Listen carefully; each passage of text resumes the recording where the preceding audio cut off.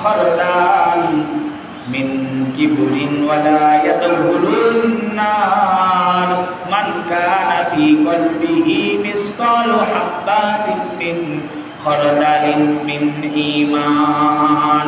বিশ্বনবী সাল্লাল্লাহু আলাইহি ওয়াসাল্লাম হাদিসের ভিতরে বলেন, নবীদের সাহাবী আব্দুল্লাহ রাদিয়াল্লাহু তাআলা আনহু বর্ণনা করেছেন, যার অন্তরে এক সরিষা দানা পরিমাণ সামান্যতম পরিমাণ অহংকার রয়েছে, সে জান্নাতে প্রবেশ করতে পারবে না।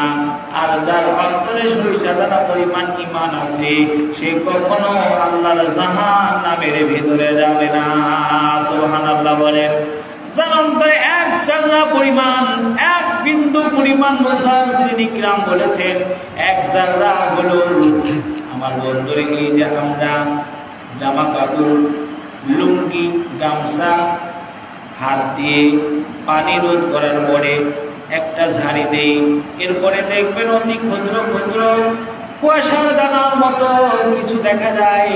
ওইগুলাকে 70 ভাগ করলে এর এক ভাগ যতখানি হবে, এক জাররা তার চাইতে কম পরিমাণ যদি বান্দার অন্তরে কোনো অহংকার থেকে থাকে, আল্লাহ রাসূল সাল্লাল্লাহু আলাইহি সাল্লাম বলেন ওই অন্তর আল্লাহর জান্নাতে যেতে পারবে না।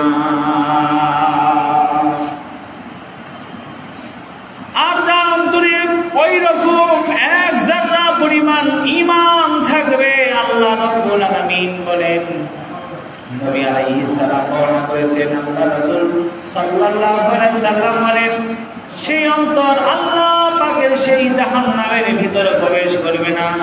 আমার বন্ধুরে, এই জন্য আমাদের খুব সাবধান হতে হবে। আমর ইবনে শুআইব রাহমাতুল্লাহ আলাইহি বর্ণনা করেছেন, তার দাদা সূত্রে বর্ণনা করেছেন, দাম্ভিক ব্যক্তি কিয়ামত দিবসে ক্ষুদ্র পিপীলিকার ন্যায় মানুষের রূপে সমবেত করা হবে।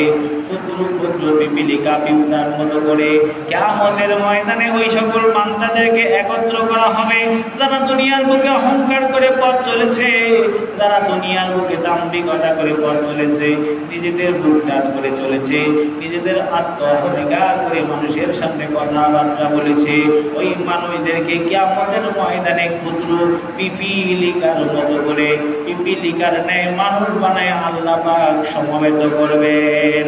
তাদেরকে চারদিক হতে অপমান করা হবে, লাঞ্ছনা করা হবে। জাহান্নামের মুলাস নামক একটি কারাগারের দিকে তাদেরকে টেনে হেঁচড়ে নেওয়া হবে। আগুন তাদের যখন গ্রাস করবে, আমার বন্ধু